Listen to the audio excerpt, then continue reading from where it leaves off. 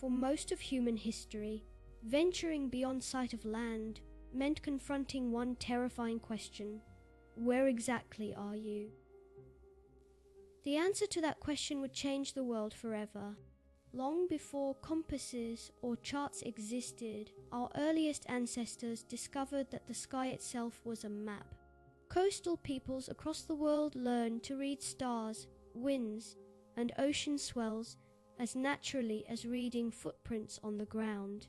The Polynesians achieved what many consider the greatest feat of pre-instrument navigation in history, settling islands scattered across 30 million square kilometers of open ocean. They carried no maps, only knowledge passed through generations, memorized as chant and story. Among all the stars in the sky, one stood apart. Polaris, the North Star, the only point in the heavens that never moves. Navigators from Vikings to Arab sailors built entire systems of ocean crossing around this single unwavering point of light. BCE, a Greek librarian named Eratosthenes used the angle of shadows in 2 Egyptian cities to calculate the circumference of the Earth, and he was accurate to within 1%. Navigation had just taken its first great leap from instinct into science. While medieval Europe stumbled in geographic darkness, Islamic scholars preserved and dramatically advanced ancient knowledge, cataloguing over 1,000 stars and refining the astrolabe into a precision instrument of extraordinary power. Their work would directly ignite the age of exploration. Somewhere in China around the 9th century, someone noticed that a sliver of magnetic iron would always align itself in the same direction. And in that quiet moment, one of history's most transformative technologies was born. The magnetic compass would make the oceans navigable for anyone willing to sail them. By the 13th century, Mediterranean sailors were producing Portland charts of startling geographic accuracy, drawn not from mathematical theory, but from accumulated generations of careful observation and careful measurement. These were maps made entirely from memory, courage, and the slow accumulation of hard-won experience.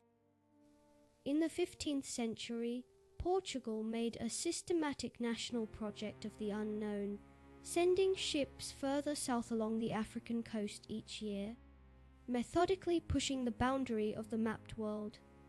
Prince Henry the Navigator assembled mathematicians, cartographers, and sailors in a single revolutionary institution dedicated to solving navigation forever. In 1492, Christopher Columbus crossed the Atlantic using dead reckoning and sheer stubbornness, and his calculations of the Earth's size were catastrophically wrong by nearly 10,000 kilometers. He survived only because an entire unknown continent happened to be exactly where his errors placed Asia. In 1498, Vasco da Gama rounded Africa's southern tip and reached India by sea, finally completing the route that Portuguese navigators had spent decades methodically mapping. It was the moment systematic navigation transformed global trade forever. Ferdinand Magellan's 1519 expedition set out to circle the entire globe, a journey so vast that sailors would eat leather and sawdust before it ended. Only one of 5 ships, and 18 of 270 men, completed the voyage. The mariner's astrolabe allowed sailors to measure the angle of the sun or stars above the horizon, giving them their latitude with previously impossible precision. For the first time, a navigator could reliably know how far north or south of the equator the ship lay. While latitude could be measured by the stars, longitude, position east or west, remained completely beyond any sailor's reliable grasp well into the 18th century. Ships were confidently crossing oceans without knowing, within hundreds of kilometers, exactly where they were. In 1714, the British Parliament offered a £20,000 prize, equivalent to millions today, to anyone who could solve the longitude problem reliably at sea. The announcement mobilized astronomers, mathematicians, and clockmakers across Europe in fierce competition. Carpenter turned clockmaker John Harrison spent 4 decades building a series of marine chronometers accurate enough to determine longitude at sea by comparing shipboard time to a known home port time. His final masterpiece, H4, lost less than 5 seconds on a voyage to Jamaica. Armed with Harrison's chronometer, Captain James Cook produced Pacific charts of breathtaking accuracy between 1768 and 1779, mapping thousands of kilometers of coastline that had never appeared on any European chart. Navigation had transformed from educated guesswork into something approaching modern science. The sextant, refined through the 18th century, could measure the angle between a celestial body and the horizon with extraordinary accuracy using a double reflection optical system.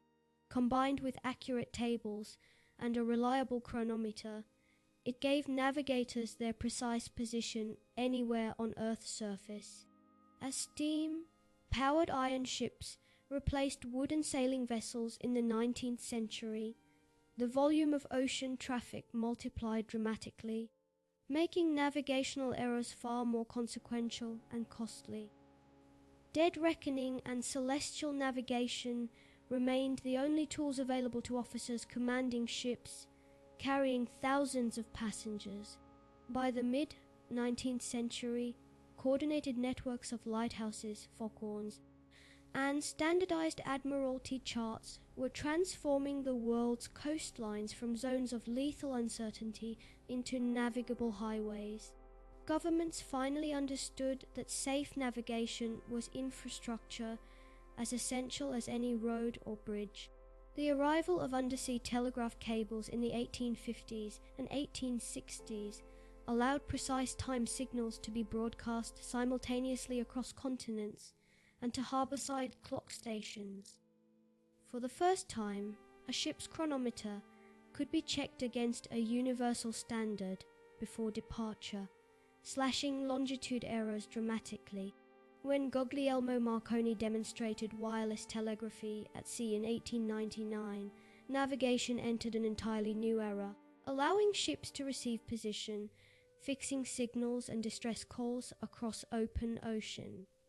The radio became the navigator's lifeline, eventually enabling shore-based stations to broadcast time signals and bearing information to vessels worldwide. During the Second World War, the American long-range navigation system, known as LORAN, used precisely timed radio pulses from pairs of shore stations to allow ships and aircraft to fix their position using hyperbolic lines of position. It was the first electronic navigation system to achieve wide operational deployment, covering the North Atlantic by 1944. The launch of the United States Navy's transit satellites in the early 1960s proved that precise position fixes could be derived from the Doppler shift of radio signals transmitted by orbiting spacecraft.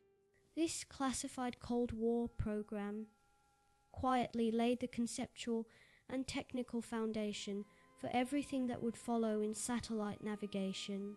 By 1995, the United States Global Positioning System had achieved full operational capability, with 24 satellites arranged in 6 orbital planes, ensuring that any point on Earth's surface was continuously visible to at least 4 satellites simultaneously. For the first time in human history, precise position, velocity, and time were available anywhere on the planet, at any moment free of charge.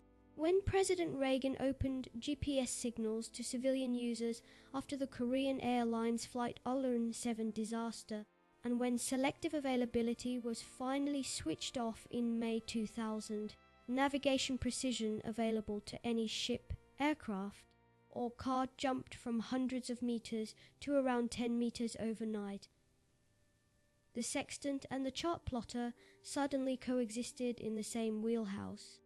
Electronic chart display and information systems gradually replaced paper charts on commercial and recreational vessels through the 1990s and 2000s, integrating GPS position, radar overlay, and automatic identification system traffic into a single navigational picture. The ancient art of reading a paper chart by lamplight became, for most mariners, a heritage skill rather than a daily necessity. By the 2020s, experimental autonomous vessels were completing ocean passages guided entirely by sensor arrays, machine learning algorithms, and satellite data links, with no navigator aboard to take a star sight or consult a chart.